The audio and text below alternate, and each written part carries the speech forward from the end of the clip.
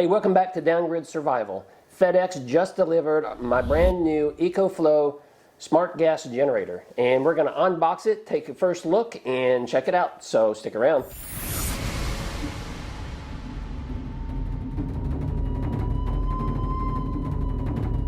Okay, I got to tell you, I have been real excited about this gas generator.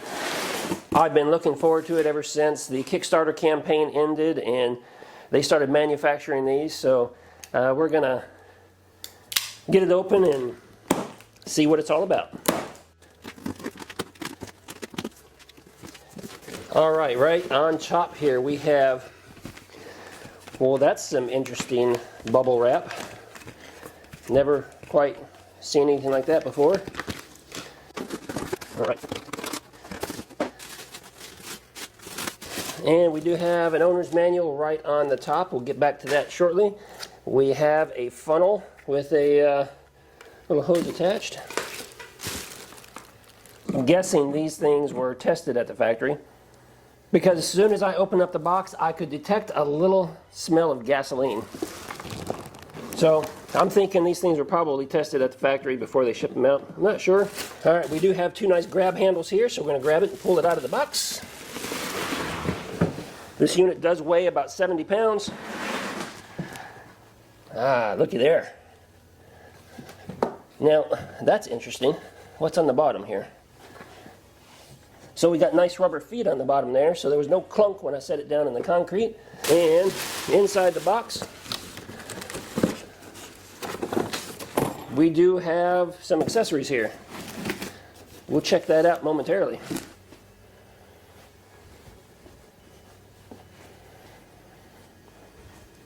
All right, right down here on the side of the machine, there, it is oily. So, doesn't really smell too much like gasoline, maybe, but that's a little bit of a concern, because right here on the side, and you probably can't see it on the camera, the gasoline fill is right up here on top. The on and off switch and the pull cord is on this side, and over here we clearly have some leakage. So that's a little disappointing. That could have happened during shipping. So I'll tell you what we're going to do. We're going to go ahead and get this up on the workbench, open it up, and see what's going on inside here. Okay, I have it up on the workbench here, and just taking a closer look at it, I do have a couple of concerns I want to point out to you. First, I have not opened up this panel yet to see why it's leaking. The panel doesn't fit real well here in the corner, so it's like it wasn't put on all the way, or it was dropped or something during shipping, and possibly this popped out just a little bit. But there's a couple other areas of concern. As I spin this around and look at it, I'm noticing, and I'm not sure if you can see this on camera, so if not, I'll throw up some pictures on the screen, but there's small little stress cracks in a couple of areas. And like this corner right here, there's just looks like the plastic was stretched maybe during the molding process or something, because it's discolored. And we have, here's another stress crack right here on this handle. It doesn't go all the way through. It doesn't look like it's very deep, but it's definitely a little bit of a crack there. And in fact, right here on the bottom edge, it almost looks like it's a little damage or something, like it hit something. Spinning it around, here's another one. Every corner has these little stress marks looking on it. But definitely some large cracks, and I'm not too pleased with that. Up here on the top, there's another large crack way up here right on the top. I don't even think it's all the way through the plastic. I think it's just the surface of the plastic that's cracked a little bit, but they are there. So I will be reaching out to EcoFlow to see what they have to say about this. I'm also reaching out to a few other people on the Facebook community page that have started receiving these, to see if other people are receiving them in the same condition. So let's go ahead and open up this side panel and kind of see what's going on inside here. We just have two small screws here. You just rotate them, and this panel should pop right off, just like that. So this fill cap right here is probably the culprit. It wasn't as tight as what it probably should have been. I just turned it a good half turn there, and there is a lot of residue right around the bottom here. So that's probably the culprit. And right down under here, underneath this fill cap, they have this plastic barrier that goes all the way around, so if it does drip and leak, it's contained right here inside this hole. I really like that feature. It's a nice thought out feature right here. So if you do have spillage or something when you're filling it, it's not going to run and leak and go all over on the bottom here. But because it was leaking on the outside and even down in here in this little crack where the panel sits, it's all wet. And so that tells me that this was probably laying on its side during shipping, and because this cap wasn't completely secure, it leaked out. And this is oil, by the way, so this is not the gasoline, this is oil. And now, yeah, and I can smell it now and tell that it is oil now. Now this is definitely gasoline right here, in this little drain hose here, and it's all soaking wet as well. So that tells me that they probably do test these at the factory before they let them go out. But we're going to have to clean this up here before we try to start it or do anything with it to make sure we get all this, gasoline and oil cleaned up. Now I did reach out to EcoFlow about the oils and the fluids that had leaked out of the machine, and also some of my concerns about these little tiny cracks and imperfections here. And they told me that at the factory that they actually put gas and oil in these things and test them at the factory.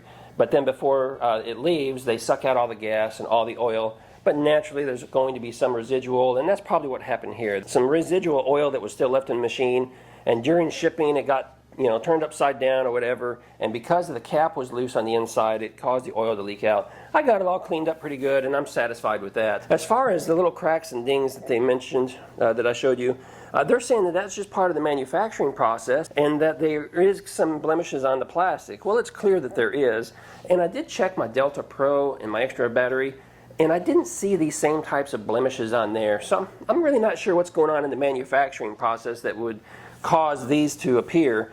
But you can't feel a crack. It does look like it's just visually cosmetic.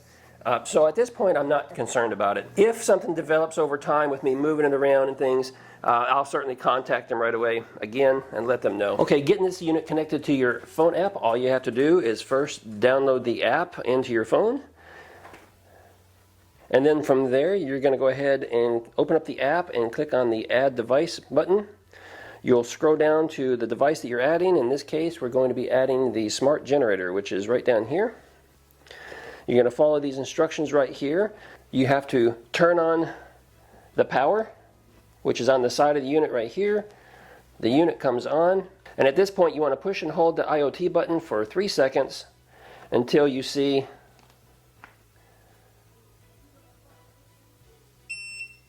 the Wi-Fi button flashing right here on the screen. Then you proceed. It asks you if the Wi-Fi indicator is flashing. You select that and say yes. You go to the next screen, and then you wait for the machine to pop up on your Wi-Fi connections on your phone. There it is. So we're going to go ahead and select that and tell it to connect. So now the phone is connecting to the machine.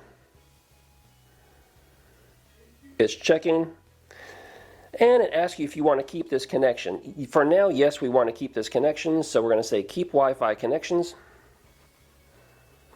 and it's connecting. Now it says connected. So from there we can back out and go back into the app. We have to log in to the app again. Follow the onboard instructions. Now it's saying the app wants to connect to my Wi-Fi.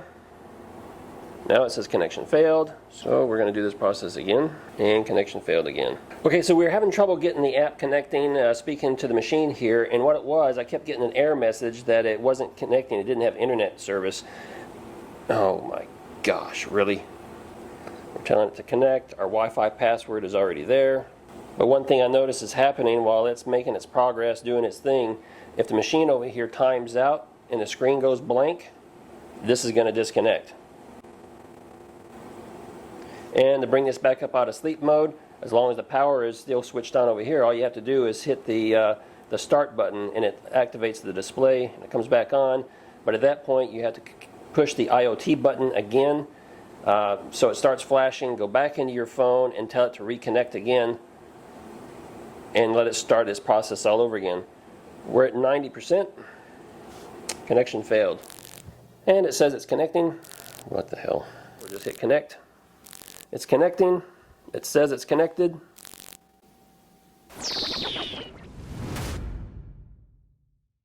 Okay, so it's the next day. I actually had a lot of trouble trying to get the smart generator connected to the phone app. I tried it numerous times, and I kept getting advice to go and reset the router. So I'd reset the router and reset my phone, and kept rebooting both, and it just wasn't connecting. I reached out to the Facebook community and asked some questions there, and I got some suggestions and ideas of what to try, but all were pretty much the same thing. I was doing everything right, it just wasn't connecting. It finally reached a point where I tried so many times that I took the generator in our home and camped out next to the Wi-Fi router, so it was a little easier for me to reset it each time. Overall, I tried well over 20 times trying to get this to connect. Now, it doesn't appear that EcoFlow has any customer support staff working during the daytime hours here in the United States, because I wasn't getting any kind of a response. It wasn't until last night that I started getting a response, and they told me, whoops, sorry, our server is down. So what it is the phone app connects to their server, and it verifies serial numbers, it looks for firmware updates and that sort of thing, and it wasn't reaching that point. It wasn't able to get to that stage in the process because their server was down, and there was certainly no notifications in the app saying that there was a server problem with them. It just kept giving me this error message saying there was a network error. So with that, I thought the problem was on my end. In reality, it wasn't. Once their server came back up, I was able to complete the install and got this connected to the phone app. Everything seems to be working fine at this point. Now, I'm not going to do an in-depth review on all the specs on this machine because there's a lot of information already available online, but I do want to point out a few things to you. When you get ready to start the machine, you do need to switch this dial here from the gas indicator from off to on.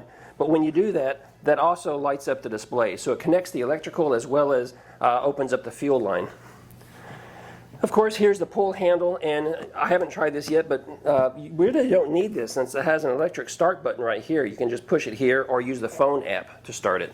The exhaust is on the back side, so make sure you're using this outdoors, and make sure you don't put it up against your garage door or your house or something like that. Make sure you leave it away a couple of feet so it has plenty of airflow around the exhaust here. Now, there's a couple of things I'm going to tell you right now that I don't care for about this machine, and that is, one, because it weighs 70 pounds, I wish they had put it on wheels back here. Just like the Delta Pro and the extra battery, it's pretty convenient having wheels so you can lug it around. I actually strained my back a little bit yesterday lugging this thing in and out of the house when I was trying to get it connected. And so I've already decided I'll be building a little dolly system in order to set this on so that it's easier to move it around. So be watching out for that video. Another thing I don't care for about this particular machine, and I almost didn't buy it because of this, and that is that it's only one fuel. It's unleaded gasoline. A lot of generators, good quality generators, are dual fuel these days. For a company like EcoFlow putting out some great products, I think that was an oversight on their part, not making this a dual fuel system, because you can't leave gasoline in it for very long because gasoline goes bad. And of course, we all know gasoline is kind of dangerous to store, and you really shouldn't be storing it in your garage, which means if the electricity goes out and you need to use your machine, you're first going to have to get some gas out and be able to fill it up and use it from there. Whereas if it had been propane, propane is very safe to store, and it's pretty much got an indefinite shelf life. So I'm hoping that they will come out with another version in the near future, maybe that offers both propane and gasoline. Another thing that I don't care for is, that is, you can use this as a standalone machine. It does not have to be connected to the Delta Pro, but you only have one outlet.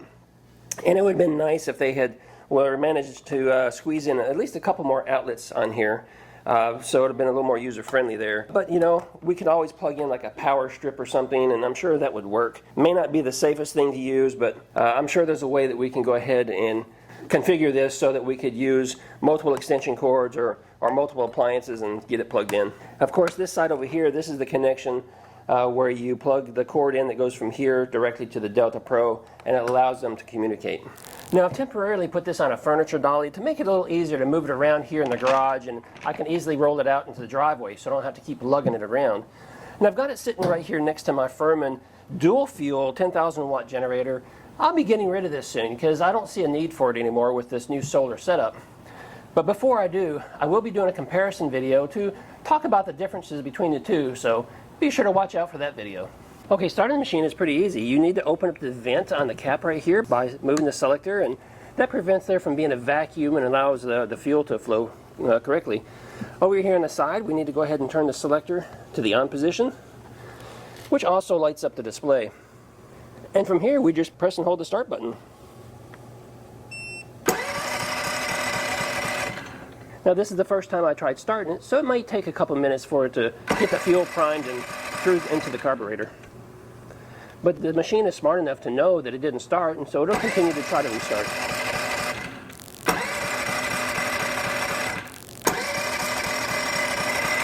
Okay, so what's going on here? Turn it off. Turn it back on. Press the start button.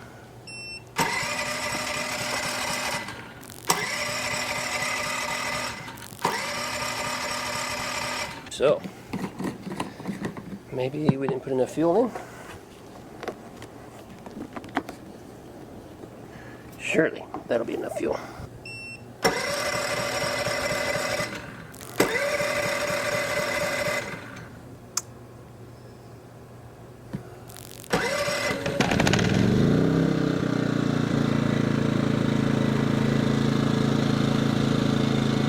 And there we have it. And my microphone is right on me here, and so it's close, and it just shut down. So why is it doing that? Okay, so this is pretty cool. So we started it, and it ran for just a moment and shut down. And there's no indications here, no indication on the display, but I opened up the app and checked, and I get a low oil alert. So remember I told you we put about a quarter of oil into this thing, and I showed you kind of where it was about halfway on the dipstick. Well, now that the engine ran, it took some of that oil and it circulated through the engine, so that oil level probably dropped a little more, and it's saying that we're low on oil. So we're going to go ahead and add some more oil at this point and try this again. Okay, just so you know, I ended up putting in some more oil. Overall, it took about 1/3 of a quart of oil, but we're topped off now, so we're going to see what we can get done. That's in the on position. Our cap is open. And that was a nice quick start. What I started to tell you a moment ago is that I'm wearing my microphone. So the microphone is right here on my body, right next to the machine. And I've got to tell you, this is so much quieter than that big behemoth of a machine back here behind me. You know, I wouldn't worry about sitting this on the back patio and running it at night. It's not going to disturb the neighbors or anything like that. So that's impressive that it's this quiet. And I'm just talking in a normal voice, so you can hear my voice and you can hear the machine right next to me.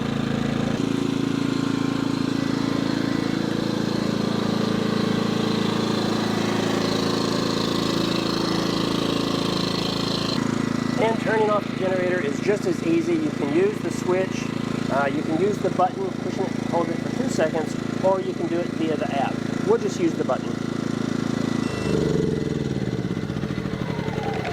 All right, and that's it for this video. Hey, I got to tell you, you know, we started out kind of rough with the fact that there was oil leaking all over the side of it when I received it, and a couple blemishes I wasn't sure about. Then trying to get it connected to the app, which took most of the day yesterday, and it was just really frustrating.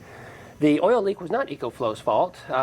Perhaps the dipstick being loose maybe it came loose during shipping, but certainly the carrier wasn't supposed to tilt it and flip it upside down, and clearly they've done that to allow all that oil to drain out.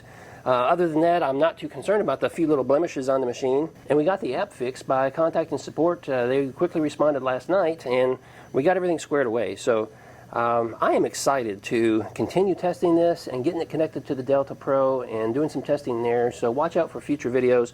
Those will be forthcoming. Hey, if you enjoy this and other videos, I'm going to stick up a couple more right here that you may enjoy, so if you click on those, I will see you over on the other side. Thanks for watching.